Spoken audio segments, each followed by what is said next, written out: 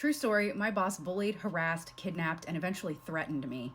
So when me and my husband were in our early 20s, we got our first apartment and I ended up finding a job at a doggy daycare, and it was this cute little place and it had this vibe, like very open playrooms, and all the dogs got along, and I love animals and wanted, I had worked with animals in the past, so I really wanted this job really badly. The owners seemed nice, the people that worked there seemed nice. This was like any other job in this kind of industry where I started there and it was like I was mopping, scrubbing stuff, cleaning dog bowls, and it eventually moved more toward administrative stuff because I was told I was doing a really good job, which I was working really hard and also long hours, and it was a very labor intensive job.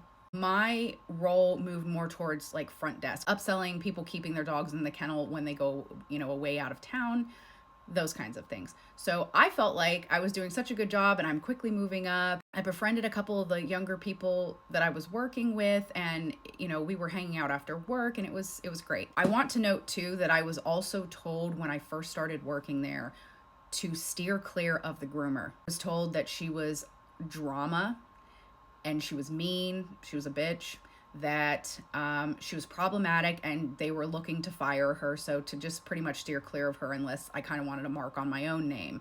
And of course, like, I'm young, I'm like feeling like I'm in a job where I'm moving up really quickly. So I'm like, I'm going to stay away from her. I don't want any kind of problems. I don't want anything hindering my ability to move up and get promoted and make more money. And I start noticing little things here and there. So, as a for instance, one of the things was they would use such heavy bleach water, and at the time I didn't know why this was concentrated bleach water. Probably really bad for all of us to be breathing in. Dogs would lick their paws constantly because they were really irritated. So, the owner, who constantly said that she had been in veterinary medicine, which to this day I don't think that that's true, she had like drawers full of medicine, but it was people medicine. So she would have everybody dose, which I want to note, I never gave any of the dogs medicine. I never agreed to any of it. I knew that that was wrong. So they were giving people Benadryl to the dogs because what happens is if there's something wrong with the dogs, people don't bring their dogs to the doggy daycare, so they're not paying, so then they're losing money. So I noticed that this was a pattern.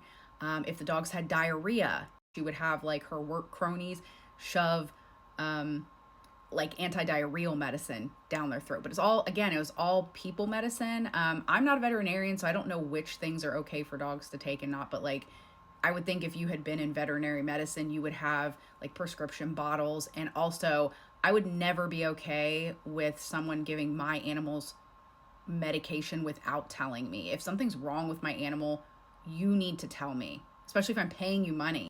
That just didn't sit right with me. And at the time, we really needed the money. So I was like, I'm young. I probably don't know what I'm talking about. So I just kind of like let that slide a little. Then more things started to happen. One really crazy day, one of the girls was breaking up a dog fight and she got bit. And you will not believe what the owner did.